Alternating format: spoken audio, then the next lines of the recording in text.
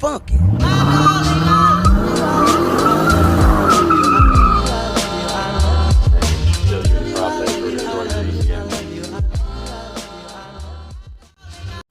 Oh my gosh, it's finally here! Woo!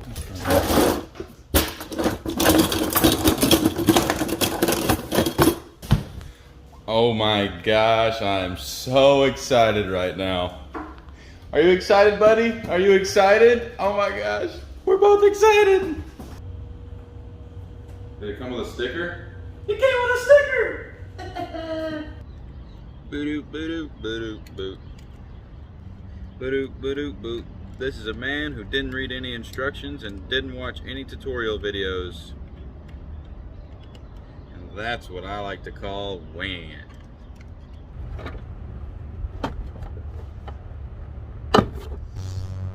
Fucking cocksucking war. Get this doohickey. Slide it in like so. It's already starting to look really badass. Man, I cannot wait to drive this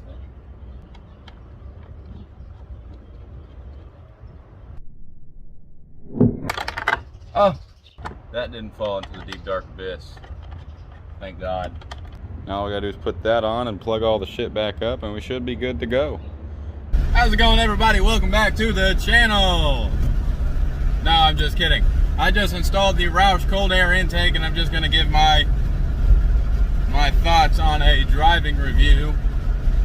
It took me about an hour to install. The hardest part was getting that little I don't know what they call it. It's like a tube that runs to the firewall. I ended up just giving up on it.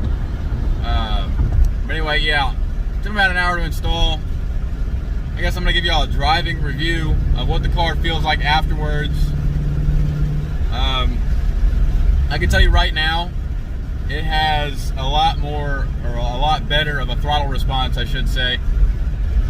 This is no tune. I've still got the little insert put in, so it's only like 85 millimeters on the inlet. My Bama tune comes in tomorrow, and I'm gonna give a driving review of that as well. But I just want to get this one out there of no tune, just the Roush intake installed for somebody who's just going to get the intake, no tune, no nothing like that. The great thing about the Roush is it has an insert inside of the math housing, to where if you don't want to tune the car, you leave that insert in and it makes it 85 millimeter. And when you want to tune the vehicle, you take it out.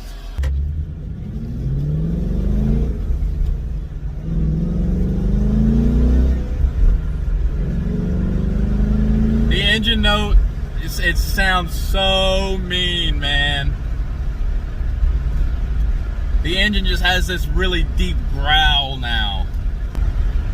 It definitely feels a lot more torquey between 3,000 and 4,000 RPM. Nothing crazy. It doesn't feel like, wow, that is way faster than before. It just kind of feels like, yeah, that definitely feels a lot better in certain spots. But what I can say is, with just the intake, no tune, it definitely feels a lot more responsive. It feels like it pulls a lot better up top, and from 3,000 to 4,000 it feels a lot stronger.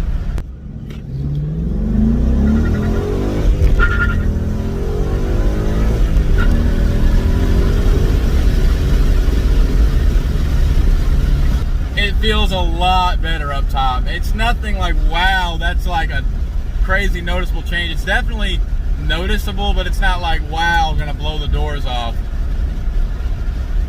But up top, it pulls a lot harder. It has this, man, it gave it such a deep, throaty tone to the engine now.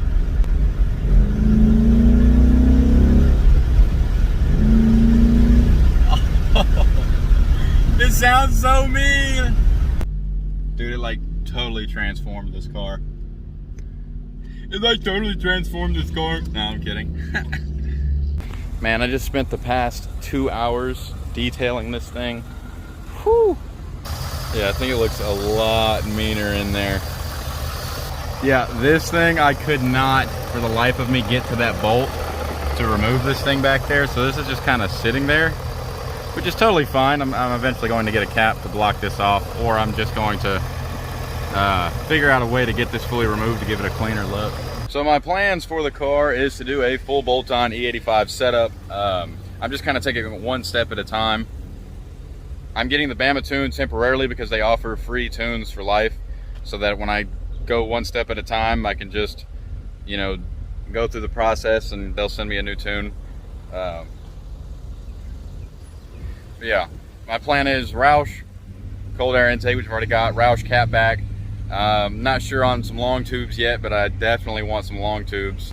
I definitely, you know, I don't mind the MT82 shifter. It's not that bad. When I first got the car, I was getting cock blocked from shifts, but once you learn it and you find its little tricks and whatnot, I haven't really been missing any shifts since I've gotten to learn the car.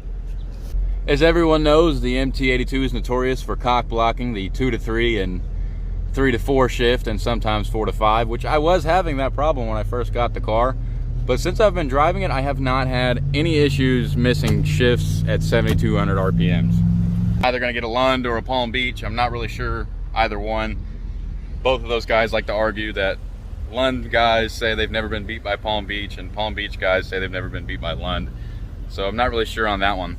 But that is the plans with the car, and thank y'all everybody for watching. Peace out.